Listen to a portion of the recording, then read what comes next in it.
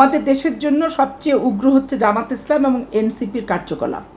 কারণ এরা বাংলাদেশে, এনসিপি তো জীবনে কখনো রাজনীতি করেনি ক্ষমতার বাইরে, এবং এরা কোনো রাজনৈতিক সংগঠনের সাথে ওপেন জড়িত ছিল না, গোপনে জামাতের সাথে জড়িত ছিল। স্বাভাবিক কারণে রাজনীতিক যে শিষ্টাচার, কালচার, আচার আচরণ, বক্তব্যের যে সীমারেখা, বডি ল্যাঙ্গুয়েজের যে একটা ভাবসাব সবসময় করলেই হয় না, এখানেও যে একটা লিমিটেশন আছে। এই প্রশিক্ষণ, এই শিক্ষাইতে এনসিপির কোনো ছেলেমেয়েরা পায়নি। না পাওয়ার কারণে তো এরা তো উগ্র। আর সবচেয়ে বড় কথা, এদের জন্মটাই হয়েছে এদের গুরু জামাত ইসলামের কাছ থেকে। স্বাভাবিক কারণে জামাত যেমন উগ্র, এরাও তেমন উগ্র। কালার এক্সপার্ট, জর্জ স্যাপ এবং মাইল্ড অন হ্যান্ডস টেকনোলজি সমৃদ্ধ অরিক্স ক্রিস্টাল ওয়াশ আপনার লন্ড্রি এক্সপার্ট। এবং জামাত এবং এরা মিলে বাংলাদেশকে একটা অকার্যকর, অস্থিতিশীল রাষ্ট্রে রূপান্তর করতে যাচ্ছে, যেটা বাংলাদেশের জন্য প্রচণ্ড ভয়াবহ।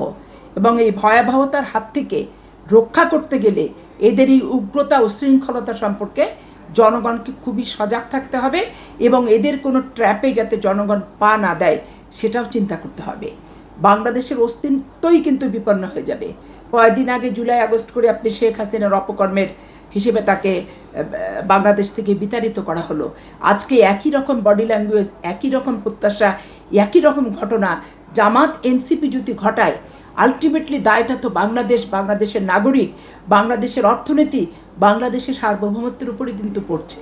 এই জন্য রাজনৈতিক শিষ্টাচার লাগে। রাজনীতির শিষ্টাচার বহির্ভূত এই এনসিপির ছেলেগুলো রাজনীতি শেখার আগেই এমপি এবং মন্ত্রী এবং রাজনৈতিক সংগঠন তারা তৈরি করে ফেলেছে। স্বাভাবিক কারণে এদের আদব কায়দা নাই বললেই চলে, অভাব বললে কম বলা হবে। বেসিক্যালি নাই, কি করতে হবে এরা জানে না, কি বলা উচিত সেটা জানে না, রাষ্ট্র কোন স্তম্ভের উপর দাঁড়িয়ে চলে এই সেন্সটা পর্যন্ত এদের নাই।